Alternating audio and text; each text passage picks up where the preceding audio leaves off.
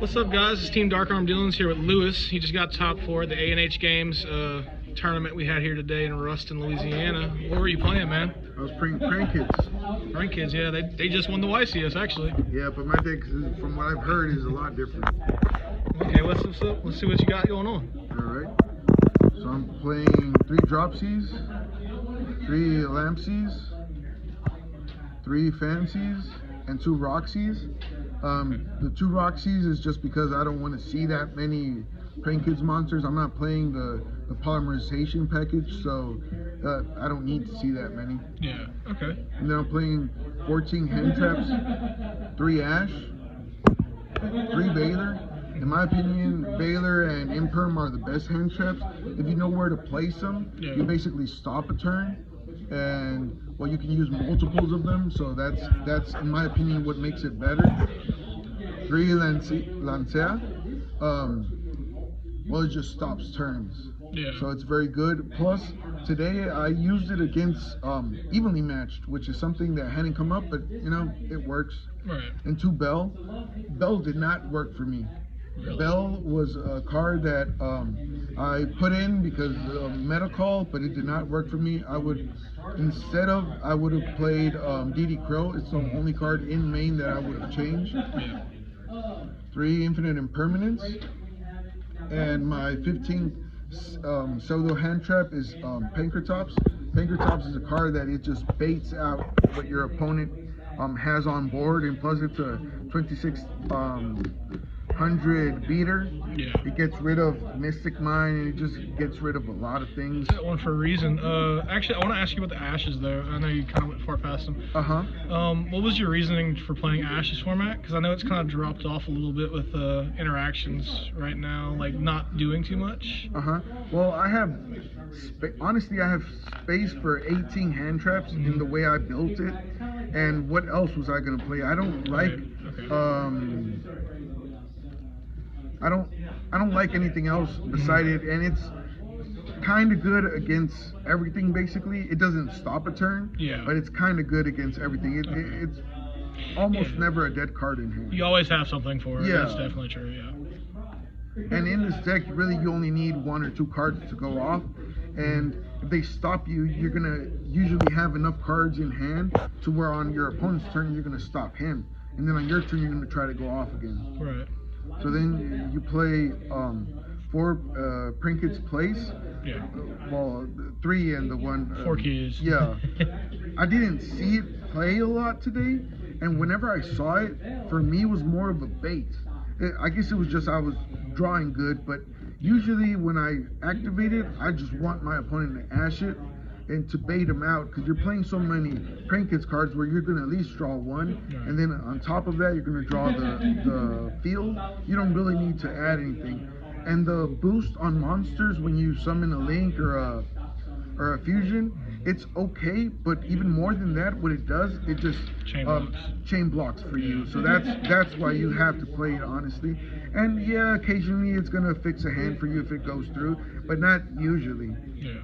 The only fusion card I play is Pandemonium. Okay. I don't find that I need any other fusion, like polymerization or super poly or whatever, just because I want to play enough cards. Like I want all my cards to kind of do something by themselves, right? And I don't want to play more cards that need other cards. You know, I need a specific hand in order for it to work. Now I know a lot of people with this card specifically, they're playing 1 and 2 Thunder Dragon Fusion though.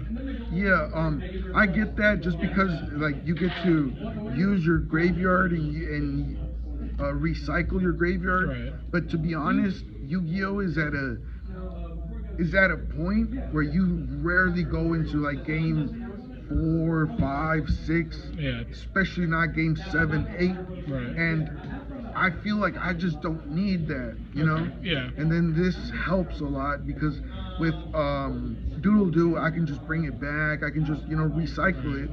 And plus, it's an extra card that I could use with Prank Kids Pranks, which, it's another Prank Kids name. So that's why I prefer just playing 3 of it instead of the Thunder Dragon, the Fusion or whatever. Definitely makes sense. Yep. And then 2 Pot of Desires.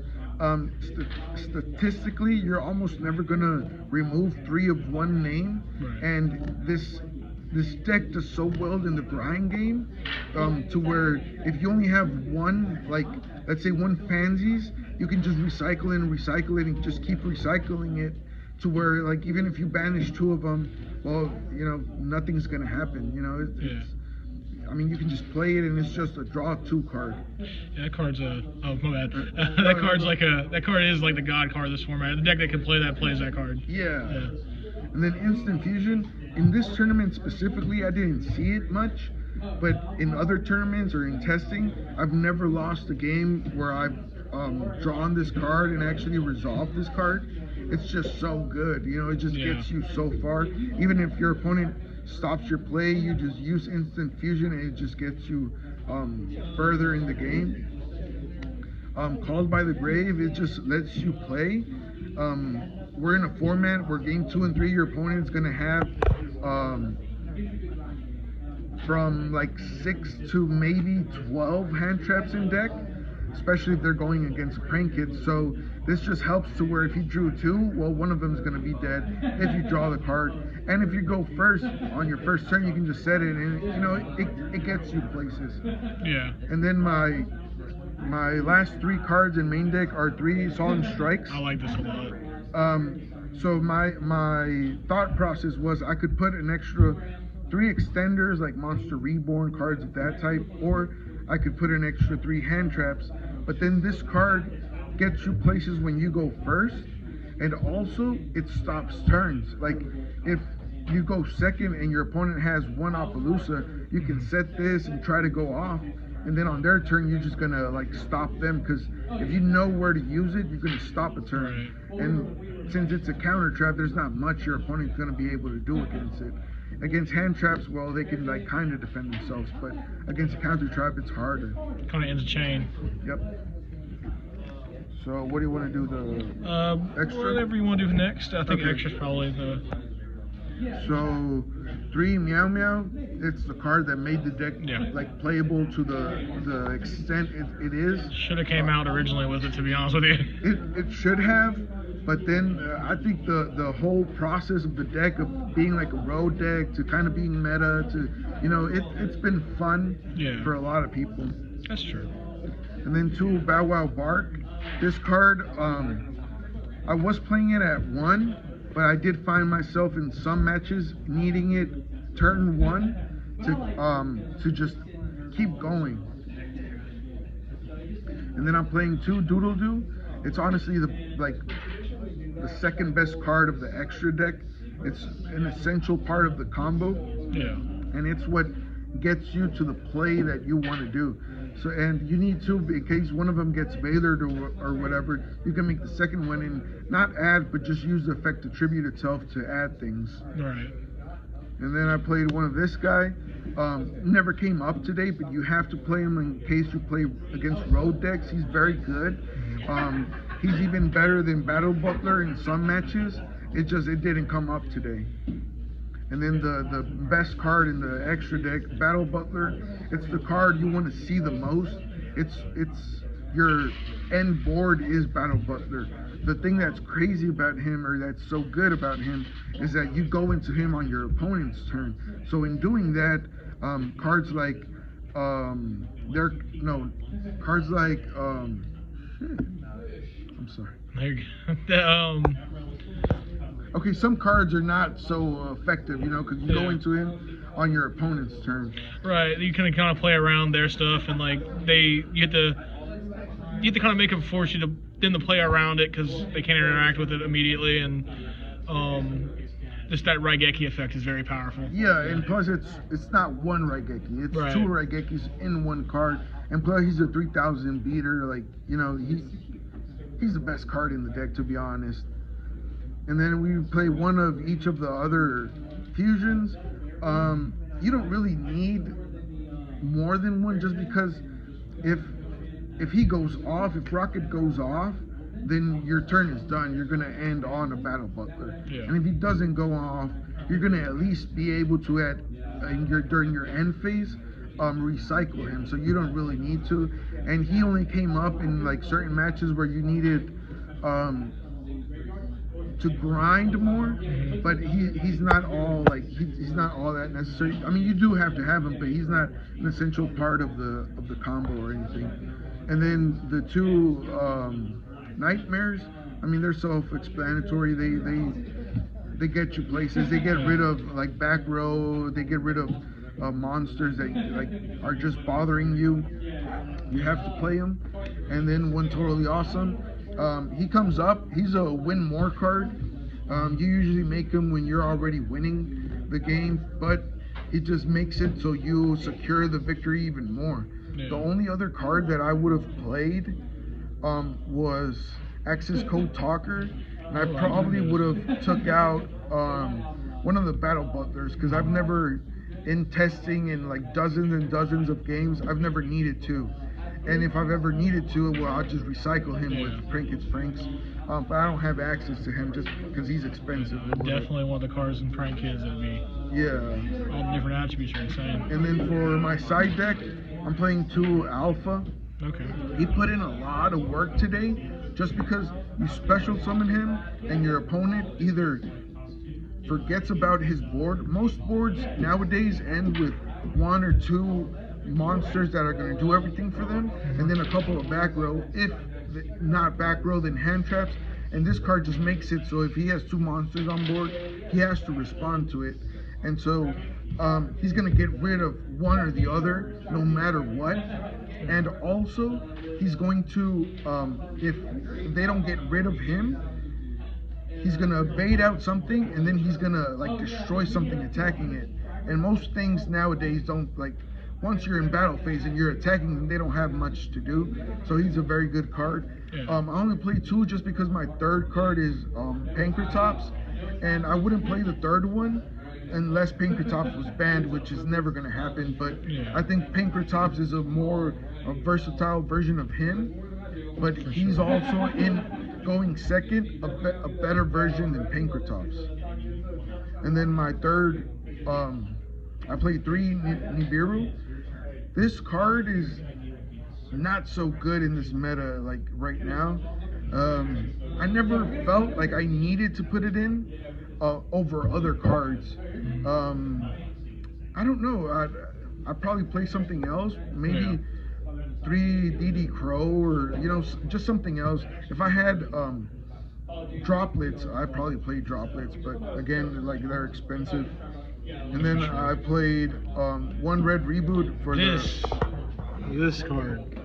This card's the god card. This is it. Yeah, this is a good card. It gives you games against Revolt. It's very good against, like, I was expecting more rogue play, but really it was a lot of meta gaming, so I didn't play it that much. But it is a card that gives you games. It lets you go off with a lot of security in your turn. Just solidifies that. Yeah, and then Harpy's Feather Duster again for like road decks. It's just, I mean, it destroys your opponent's back where you have to play it. And then I was playing in Imperial Order and Anti-Spell Fragrance. Honestly, I was expecting Sky Strikers. I think Sky Strikers should have more play. It's such a good deck that in the grind game, I mean, it can slow play you, but in the grind game, it's always going to win. So I was expecting it, but I really didn't see it. I never side these in today. I just didn't need them, I guess. But they're very good to have. 3 evenly matched. Well, they break boards. This card just get rid of your opponent's boards, and really it has no cost. Not having a battle phase and then just getting rid of your opponent's board and then going off in main phase 2 is just so good. People don't expect it anymore either. Yeah, people usually don't play it just because they play Storm or whatever it's. Yeah, Lightning Storm. I just think this is better. It just gets the cards off the field and off the game, and whatever they had is most of the time just like, they're not going to have it anymore. and then my last card was Solemn Judgment. I just needed something aside going in. When I'm starting, I usually don't side anything. If I need Solemn Judgment, well then I just place 3 Solemn Judgments.